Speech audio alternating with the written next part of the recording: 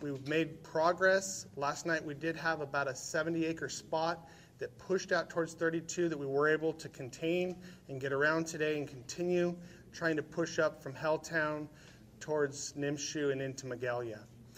Coming around the top side of Magalia, we have continued building dozer line and direct hand line below Sterling City and moving off towards the east back down into the 70 corridor. Thank you very much.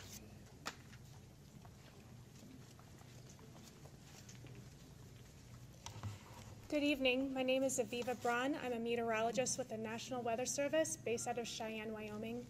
I'm here serving as an incident meteorologist with CAL FIRE Incident Management Team 4. Tonight, the weather we're expecting are going to be near critical fire weather conditions. This means that we are going to be continued in our dry conditions that we've been seeing. We are also going to have those breezy northeast winds kicking up again along the ridge tops and down through the Feather River drainage. However, these winds will not be nearly as strong as we have seen the last few nights, which is why we do not have a red flag warning issued for the overnight period. Tomorrow we will see those continuing dry conditions, but the winds will be much lighter, mainly terrain driven. What this means for you, the air quality will be quite the same as what we've been seeing. Poor air quality each and every morning as the smoke settles into the valley every morning. I know a lot of people are interested in when the next rain event will be. We are not seeing any indication of precipitation in the next week and possibly through Thanksgiving. Thank you. Good evening. My name is Jonathan Pangburn. I'm the Unit Forester for CAL FIRE San Benito Monterey Unit, and I'm the Fire Behavior Analyst with CAL FIRE Incident Management Team 4. The areas of concern that you heard about earlier, such as the area near Big Bar Mountain, above Paradise and Magalia, and south of Goat Point and Cherokee area, have no recorded fire history. And it remains in our lower elevations here 211 days since we have last had half an inch or more of precipitation. Fuels remain critically dry and receptive to increased spotting.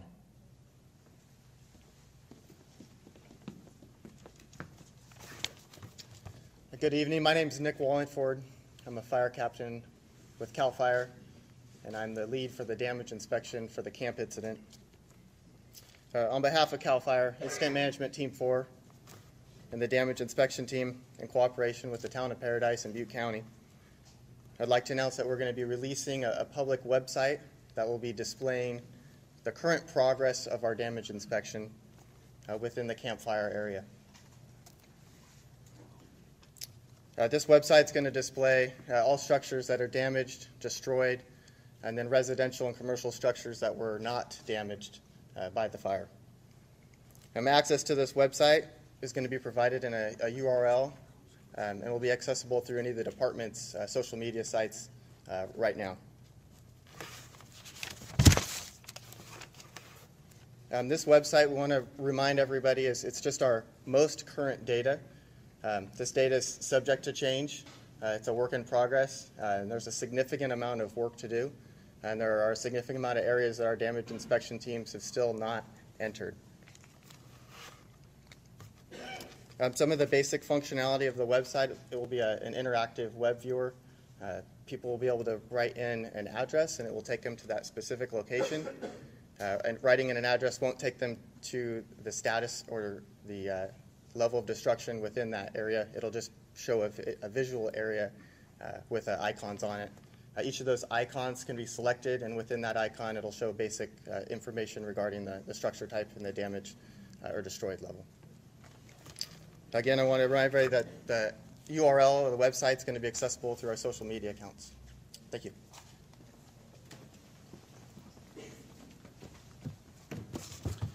Good evening. My name is Chief Brent Newman. I'm the commander of CHP's Valley Division based out of Sacramento, and whose territory encompasses all of Butte County, including the Oroville and Chico CHP offices. Want to address three very quick things. Number one, from the outset of this event, CHP deployed maximal resources in support of this operation, and specifically in support of the sheriff in providing law enforcement services, assisting evacuations, and maintaining closures. Just today, we received additional resources from our Golden Gate Division, which is based out of the Bay Area, as well as our Central Division, which is based out of Fresno, so that we can continue to maintain adequate resources for the missions that we've been given. One of those missions is the maintainer of hard closures. We are getting an up-tempo in the number of people who are arriving at hard closures who have an understandable desire to access the closed evacuation areas, most often than not, the town of Paradise. It's very, very difficult for each of those persons that wants access, as well as the officers who are interacting with them, because we understand from a human perspective very much why any person would want to get back to their home and to their community. The decision on the placement of those hard closures is not done by the Highway Patrol alone. We do it as a management team with CAL FIRE, the sheriff, all the stakeholders. And what we're trying to accomplish right now is to ensure that all of the workers that are up there working around the clock to address the needs in the town can work safely, and that we don't expose the public to any further danger. I've been up there virtually every day and came back just a few hours ago. It is not a safe environment whatsoever. We have to operate with extreme caution, even with an emergency vehicle and the knowledge that we have. So please, we ask the public to please be patient with us. We understand the need. We want the people to get back into their homes, but we can only do so until such time as it's prudent to do so. The last thing I want to cover is vehicles. There were a large number of vehicles in various states of abandon all over the roadways throughout the towns of Paradise and Magalia. We, with the understanding of the Butte County Sheriff and Paradise PD, we have taken on the mission of clearing the vehicles from the roadways. We were able to clear about 60 vehicles so far, and we're going to be adding to that number rapidly so that all of the roadways could get clear, which is a small but very important piece of establishing safe access back to Paradise. The information we are trying to update, we have a website that we're establishing, but right now you can go to the CHP Chico Facebook page, and we're updating that in real time, kind of just with screenshots of what we're getting. We're going to be establishing a website tonight on the CHP that'll link from that CHP Chico Facebook page, that if you're interested in where your vehicle is or if it's been recovered, it'll show the license plate, it'll show the location it was recovered from, the make, model, the tow company, and the tow number, and all that is available. So I encourage people, if that's of interest to them, they can frequently check up on that. We also, for the vehicles that were burned to the point that they are not readily identifiable, we have a team of investigators and auto theft detectives up from Sacramento, and they have a process of going through and identifying, and we've been able to successfully identify many of the vehicles that were not readily available. That's what I have to share. Thank you.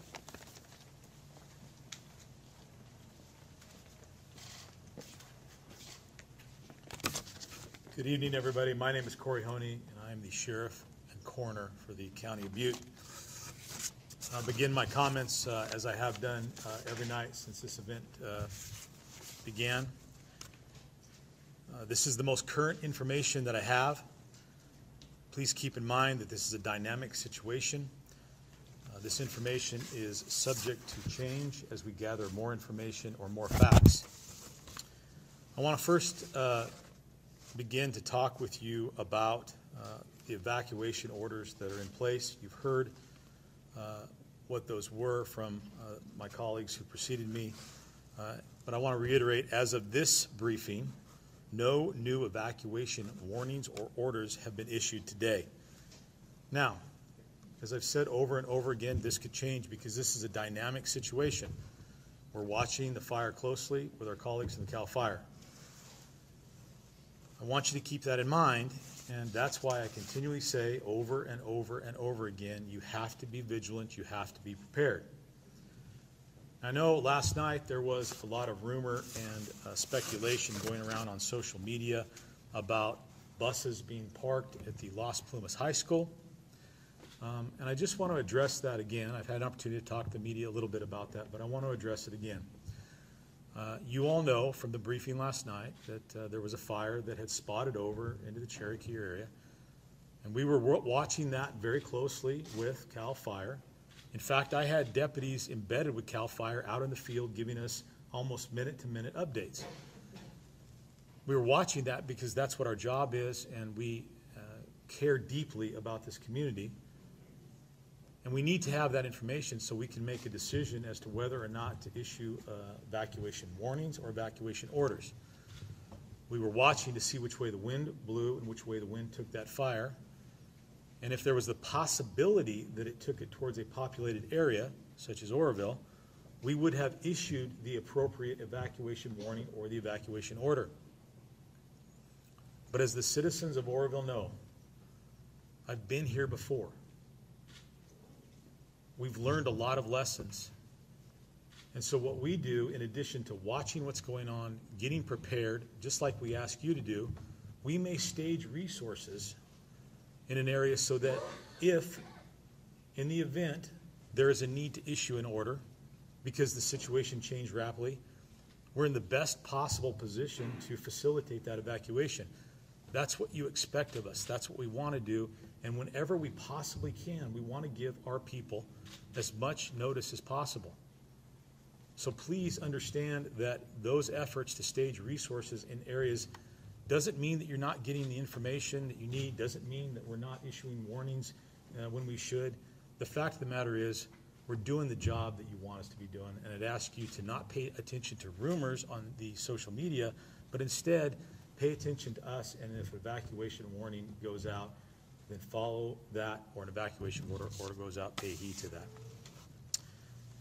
Next, I'd like to reiterate some things or explain my support of Chief Newman and the California High Patrol.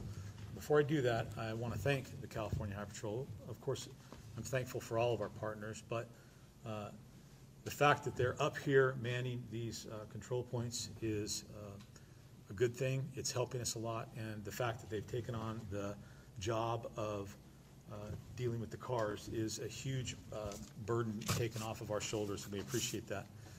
But as the chief said, we are absolutely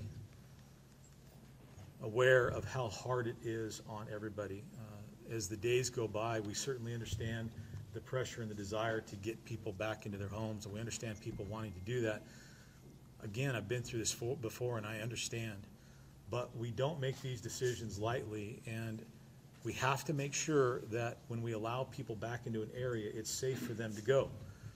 There's been a lot of misunderstanding about this process, and we've had a lot of my office has been inundated with calls by people saying that if they just go to the sheriff's office and get a pass, they'll be able to go into the area. And I want to make it clear, my office, we do not issue passes to go into the area.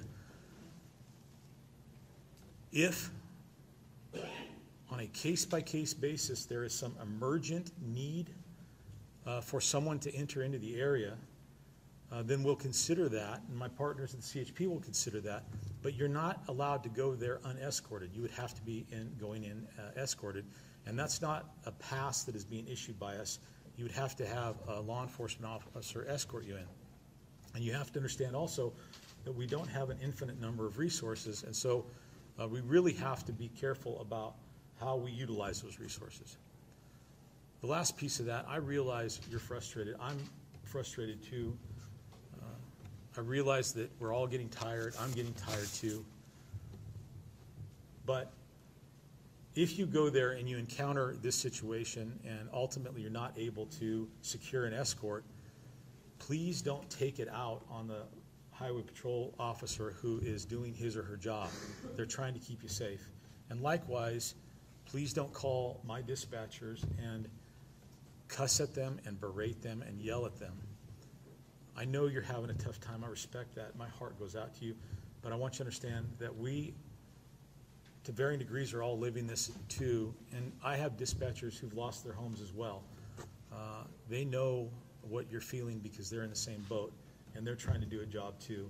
And if you call them and yell at them and cuss at them, it just makes it that much more difficult for us to do the things that we need to do. So please consider that.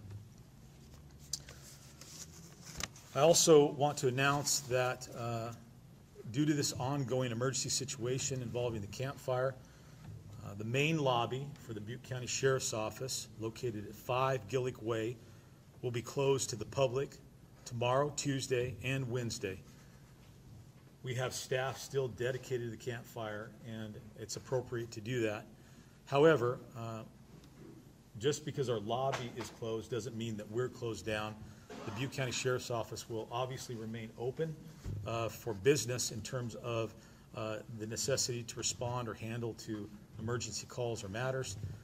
We'll continue to respond to those incidents as well as any incidents involving or relating to the campfire. If there is a need to come to the Sheriff's Office in Oroville and make a report, you can do so by going to the lobby of the jail. That is open 24 hours a day, and you'll still have access.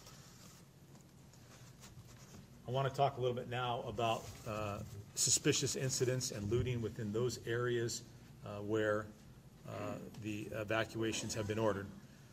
As of today, we have 139 suspicious incidents that have been reported to us and that we have sent deputies or law enforcement officers out to investigate. Of those 139 suspicious incidents, in 16 of them, the people reporting them classified it or characterized it as looting. In every case, we've sent officers out to investigate. To date, there has been no arrests made for looting, but we continue to have law enforcement resources within those areas. We're doing saturation patrols, and we're trying to protect people's property by ensuring that people who shouldn't be there aren't there. And that goes back to the statement that I made with regard to allowing people through there.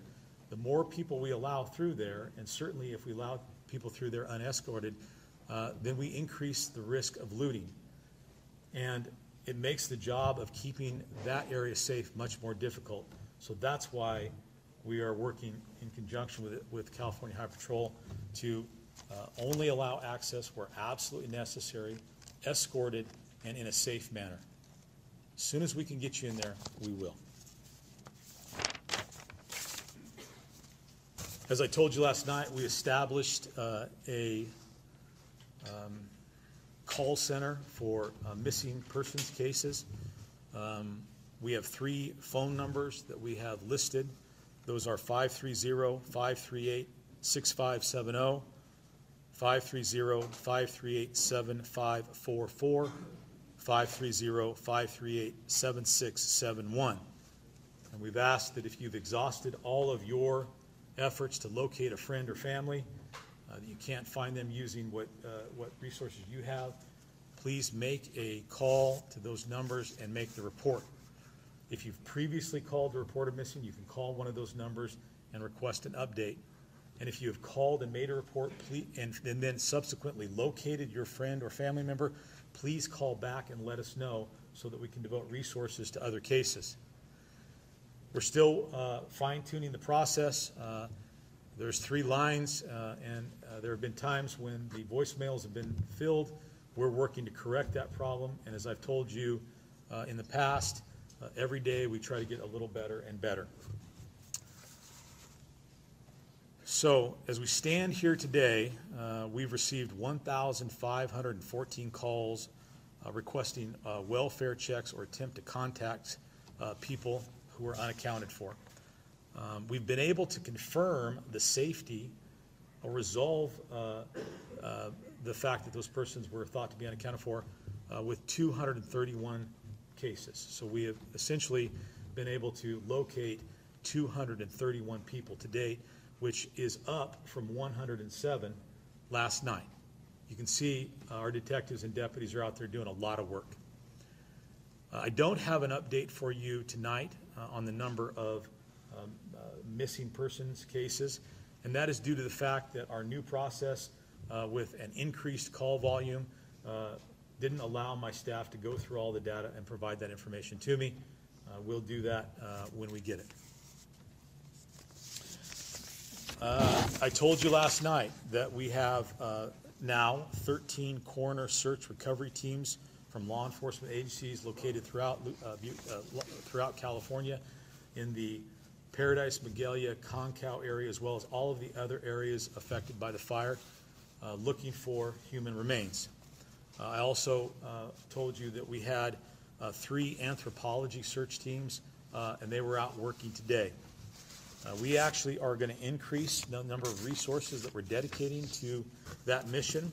We're going to do that by requesting 150 search and rescue personnel, which will start arriving tomorrow. We are also requesting 4 search and rescue management teams to help us coordinate the search so that we're utilizing those search and rescue members effectively. We've asked for 2 portable temporary morgue units from the military to bring on site.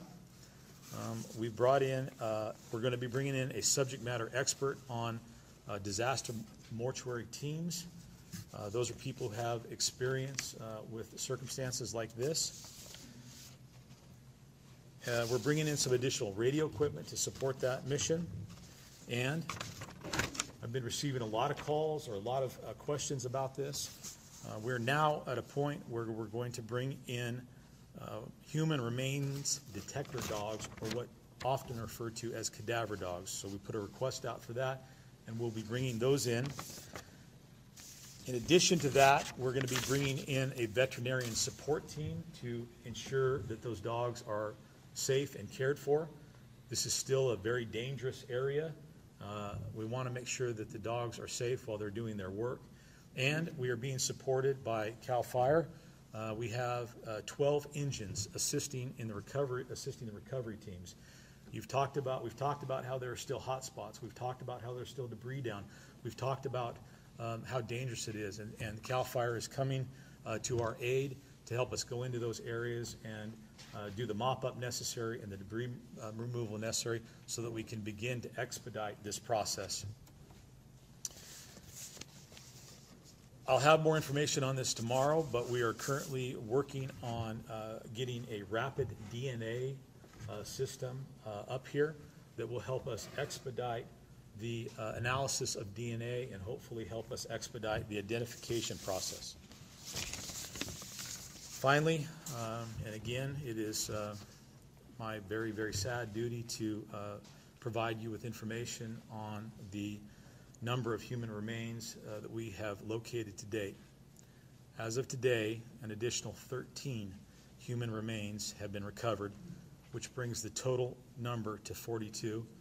And if I understand, that makes this the deadliest fire in the history of the United States, a wildland fire in the history of the United States. Of those 13, 10 human remains were located in Paradise, 7 in homes, and 3 outside. 3 from the Concow area, 2 were outside homes, 1 was inside a home. As that process has been going on, other members of our team have been working diligently to try to identify those remains and notify the next of kin so that we can return the remains. And as of tonight, we have positively identified 4 sets of human remains, and we've been able to locate and notify the next of kin for 3 of those 4 deceased individuals. We're working to notify the next of kin on the 4th. The 3 that we have been able to identify and notify the next of kin are Ernest Foss, age 65, from Paradise; Jesus Fernandez, age 48, from Concow; Carl Wiley, age 77, from Magalia. I want to address one other thing. There has been a media report that identified an individual that deceased in this fire. The media report suggests that the identification was confirmed by, quote, authorities, end quote. I cannot confirm that because that has not been done by my office. And I would ask everybody in the media and the public, before you go out and confirm the identity of someone who tragically died in this fire, that you make sure that it's been confirmed by my office. We are the agency, we are the, quote, authority, if you will, that is responsible for identifying individuals who've died in this jurisdiction. And I want to say this, folks. This is important work. We take this very seriously, and as a result, we may take a little extra time to try to make sure that we have conclusive identification of a deceased person and that the next of kin has been properly notified. I would caution media outlets from releasing the names if they haven't confirmed it with us first, because you run the risk of misidentifying someone or identifying someone when the family hasn't been notified. And I think it would add significantly to this tragedy if a loved one learned of the death of a family member through the media as opposed to learning from it, one of our investigators. I know you want to get the information out, but please, please, please work with me, work with my office so that we can do this in an appropriate, systematic manner and be as sure as possible and have some compassion for the family members of these people. Thank you very much. I appreciate your attention tonight. Could you give us the name spellings? We'll get to that in a minute,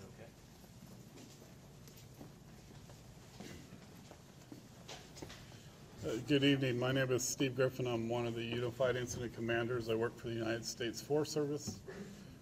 We've come to help address the impacts of some of the federal lands, but also to assist CAL FIRE in any other way that we can for the entire incident. So I'll leave it at that. Hi, good evening. Garrett Schullen, Division Chief, CAL FIRE, Butte County Fire Department. Good evening, everyone. I'm Todd Durham, Incident Commander assigned to Team 4 and one of the Unified Commanders, along with the United States Forest Service, the Sheriff, and the Paradise Police Department. I just have two things I'd like to cover tonight. We've been trying our best to get the information out. I thank our office that deals with the damage inspection, the work that they have done. I also had Team develop this map up here, which is actually a Google Earth map that we, or photo that we put the fire outline. And that just shows the area before the fire, so that gives you some idea of the number of narrow roads, the number of residents, the topography. And please understand, as you'll learn through the days to come, that the damage and destruction in the area has been significant. To that end, as more and more information becomes available, which is key to start the recovery and the rebuilding of a community and the families that have been affected, there are still a number of dangers that are out there. And so you may find the answer to your questions about your business or your residence and may feel compelled to go see in person.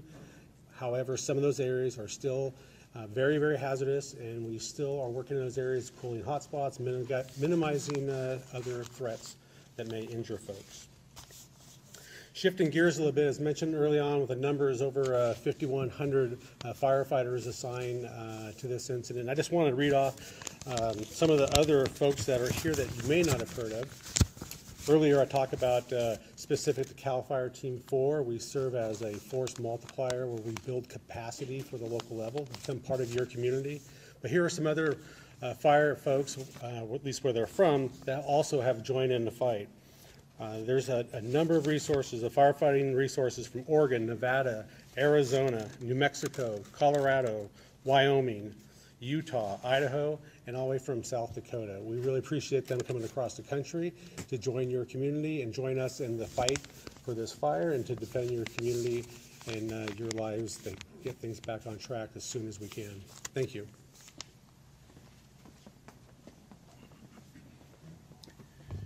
Before we open it up for questions, I want to bring a few things to your attention. Right behind me, there's a tinyurl.com /2018 campfire. If you go onto that and you register, you'll actually get any updates that we send out on this fire.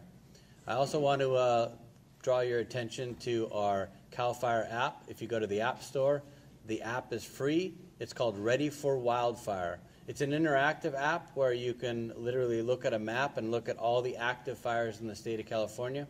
or you can go to an incident page on the app and pull up the incidents. It will list the incidents by name. If you click on the incident name, it will bring you to the fact sheet that gives you all the current facts on the fire, and there's also a phone number there that you can call if you have any questions. At this point, I'd like to open it up for questions. I'll ask for the question. Once the question's posed, I'll repeat the question, and then the discipline that's going to answer the question will come up and answer the question. Sheriff, what are the most problematic areas of this advancement of the wildfire? So the question is, what are the most problematic areas of the wildfire?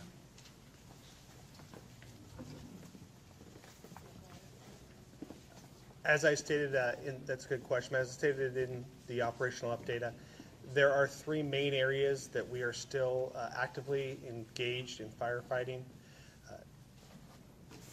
The Bloomer Mountain area has spread today.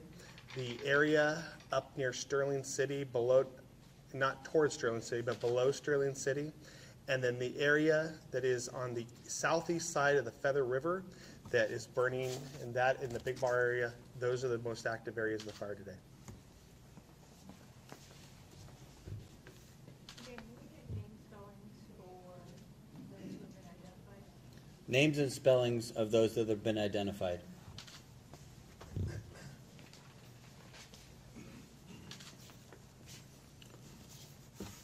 Ernest Foss, first name E-R-N-E-S-T, last name Foss, F-O-S-S. Jesus Fernandez, first name J-E-S-U-S, last name F-E-R-N-A-N-D-E-Z. Third, Carl Wiley, first name C-A-R-L, last name W-I-L-E-Y.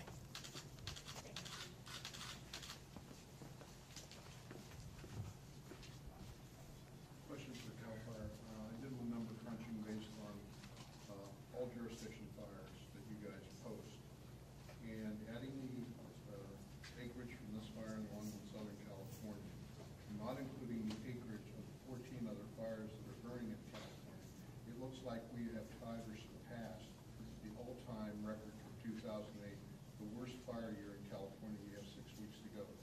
What worries you guys about that?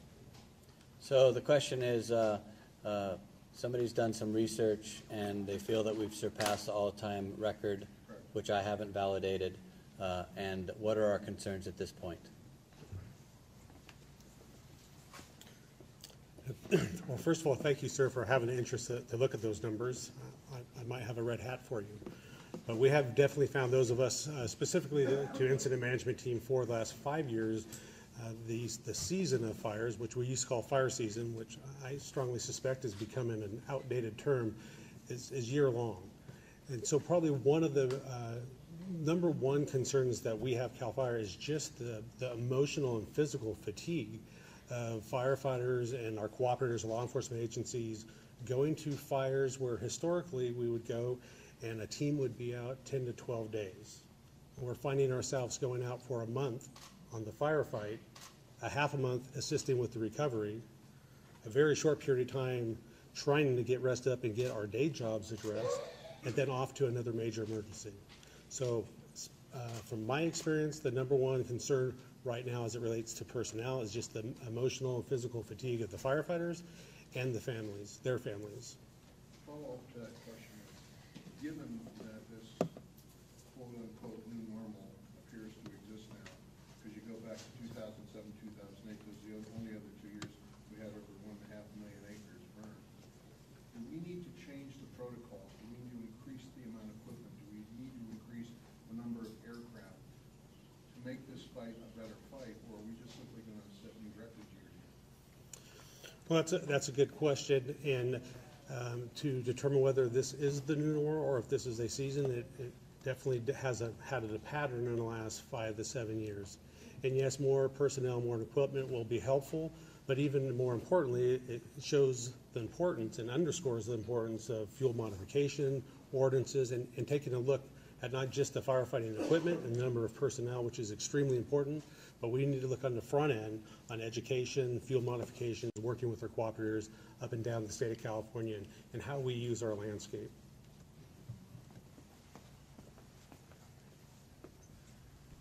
Yeah, I have two comment questions, but first is kind of when it comes to the Oroville Dam area, what kind of response is going in that area, and is there any threat to the infrastructure at Oroville Dam by chance? So the question is the fire response to the Oroville Dam area, and is there any threat to the infrastructure? Is that right? That'll be one, yeah. Let's do one at a time. Yes, please. The fire is currently burning in the Bloomer Hill area. As I am aware, it is not a threat to the Oroville Dam or any of the structure of the Oroville Dam, and is not down in the southern part near the Oroville Dam. It is actually up on the arm of where the Bloomer Mountain is. And second question. The second different topic is, when it comes to Paradise, is there a way to kind of summarize for those who want to know, is there like a logic to rebuilding? Is there enough damage there that this may be such a loss that there's not much to come back to? How can that be assessed or qualified or quantified? So I'm trying to understand the question. So when it comes to the city itself, if the damage is so extensive that, I mean, if there's someone asked the question, is there any point for even coming back? I guess would be kind of So assessment I want to know. do we have a representative from Paradise here that I'd really prefer not to speak on Paradise's behalf, so. I can help you a little bit. We're still actively trying to contain this fire and put it out, but in the background, there's already discussions going on with county government here and the town of Paradise on the recovery, and I'm sure there will be further Office of Emergency Services from California and FEMA representatives coming to build that plan, which includes what the future would look like. So we don't have that answer today. We're still fighting the fire to try to contain it at this point, but those discussions are going on in the background.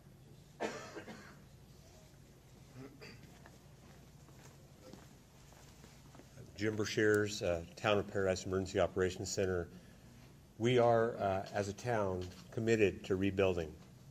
For those of us that did not lose our lives, we are considering ourselves survivors, and we will come back from the ashes.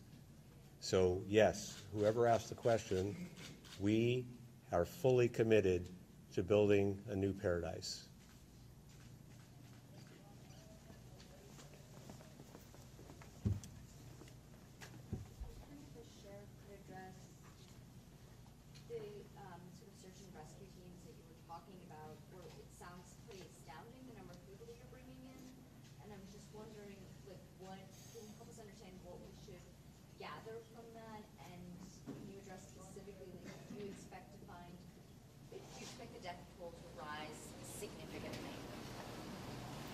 So the question is basically, what does the operation look like? Is that what I'm getting? Just more, it sounded from the layman's perspective, it sounds like you're bringing in a lot more people to look for bodies.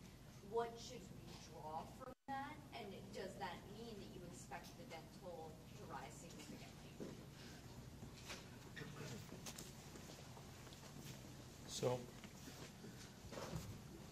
this is an unprecedented event, as we know. And if you've been up there, you also know the magnitude of the scene that we're dealing with. And I want to recover as many remains as we possibly can, as soon as we possibly can, because I understand the toll that it takes on people not knowing what became of their loved ones. And so we're bringing in additional resources because I want to be able to do this as quickly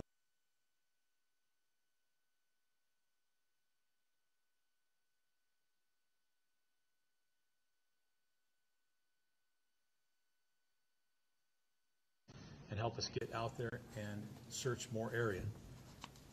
I'm not going to speculate on what the future holds. My sincere hope is that I don't have to come here each night and report a higher and higher number, but I'm going to do everything in my power to get through this as quickly as possible. because I owe it to the family members of these victims, and I also owe it to the general public, because as we've said time and time again, things have to be safe before we let people in, but I also think that we have to have made a very, very concerted and diligent effort to recover human remains before we open that up to the general public. And so that's what I think that you should assume from what I'm doing here.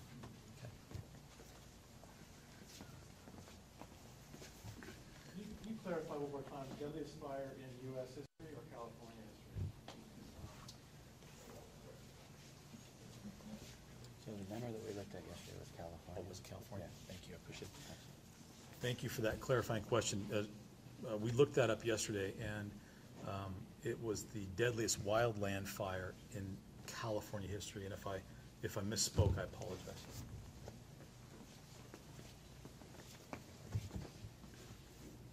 Can I get some clarification from the sheriff about the numbers surrounding the missing people in terms of the calls and the rest of the numbers as well? So clarification for the numbers for the missing people from the sheriff. And the date of arrival for the cadavers detecting dogs. And the date of arrival for the cadaver detecting dogs.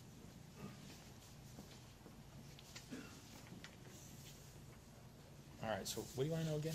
What do you want to know? The missing people numbers? The missing people numbers. Well, remember I said that I don't have an update for you on that today because as we switched over, we're in the process doing, but what I do have is we have received, as a result of this incident,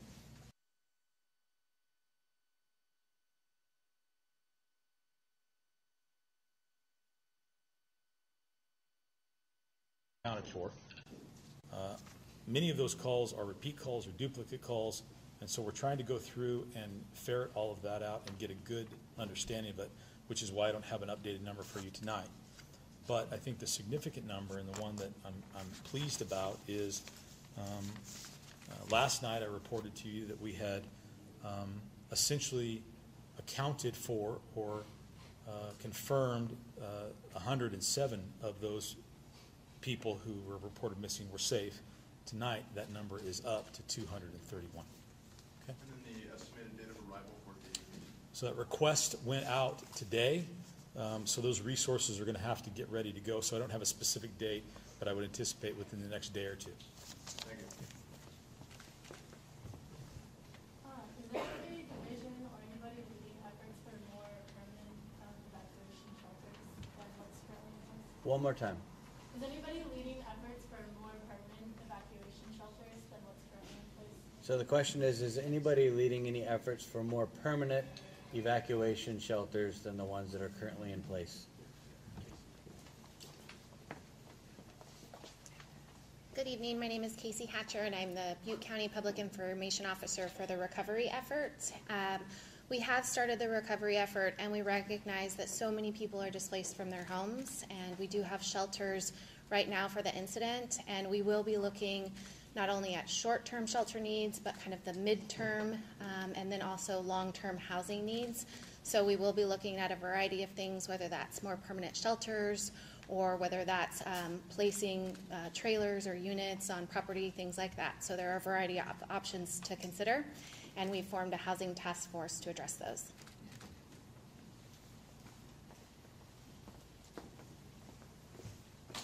Yeah, the question is for the sheriff. You've mentioned in the past that you try to be careful to not over-evacuate people because it can lead to issues. Can you clarify that a little bit, what issues you're talking about, and if that is related to the decision? So the question specifically is related to evacuations and over-evacuations. I'm not sure what an over-evacuation is, but I will, okay, very good. I will clarify. If you're familiar with the history of our county over the last year and a half, 2 years, our communities have been subject to a lot of evacuations, starting with the spillway incident, and then we had fires after that, and now this.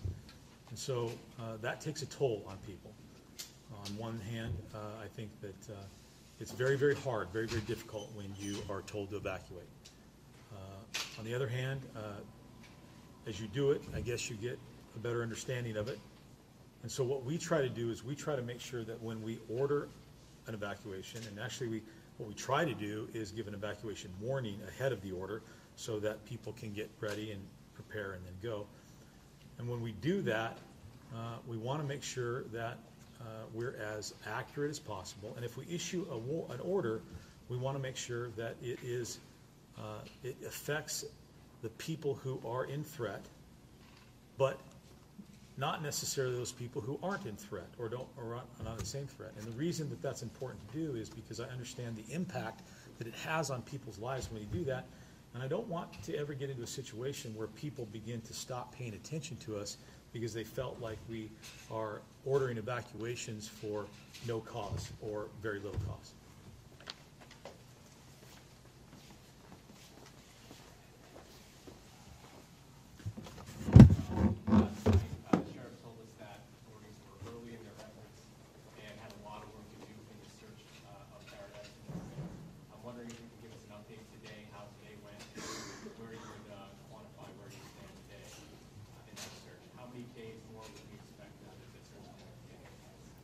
So the question is, how many days more? Because I think you went over pretty thoroughly earlier the efforts that they had today and the new numbers. Is that what you're looking for? If you could quantify, how much is left to search? Thank you for the question, and we had a discussion about this yesterday that I'm not going to quantify it in terms of a percentage or give you an estimate on the number of days. I still believe that we're early in this. I believe that there is a lot of work to do, but as you can see, I'm trying to bring in as many resources as I possibly can to get through the work as fast as we can, but still maintaining the integrity of the work. And so when it's done or when we felt like we've completed it, I'll let you know, but until then, I'm not going to quantify it. You bet. For the three confirmed that are dead, I just want to confirm that the next of kin have been notified and which neighborhoods they're from. So just a confirmation of the neighborhoods that the confirmed fatalities are from and confirming that the next of kin have been notified. Thank you for the question, and I appreciate it because I wouldn't have told you their names if I hadn't been assured that their next of kin was notified. And that's why it goes back to someone else reporting the name when we haven't told them. So what I have here today, Ernest Foss was from Paradise, Jesus Fernandez was from Concau, and Carl Wiley was from Magalia.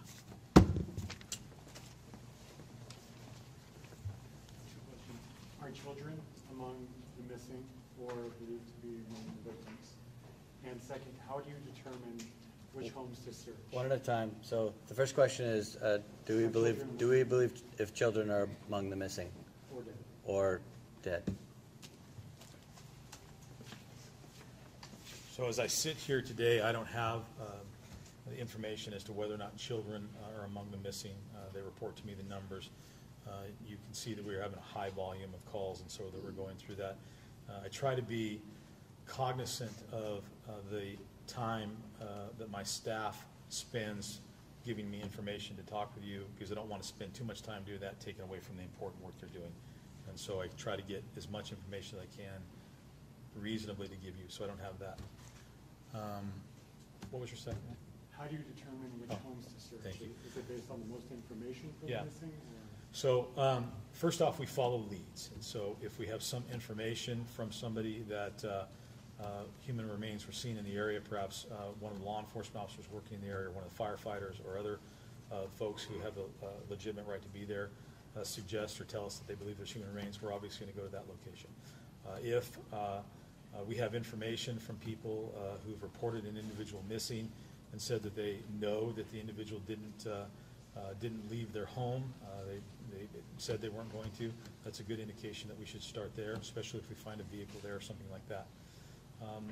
Beyond that, we are also going to start, or we've been trying to look, and I think these additional resources will help, in those neighborhoods or areas where there is a